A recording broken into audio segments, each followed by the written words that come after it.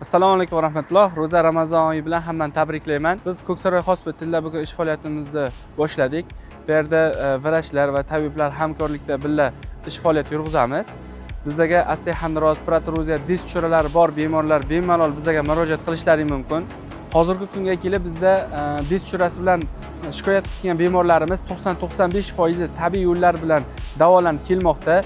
Agarda kimgadir jarrohlik amaliyoti kerak bo'lsa, albatta bizda 2025-yil texnologiya bilan jihozlangan endoskopiya operatsiya yo'llari ham mavjud. Aytib o'tilgan kasalliklar sizni bezovta qiladigan bo'lsa, albatta bizga murojaat qiling. Telefon raqamlarini yozib qoldiramiz.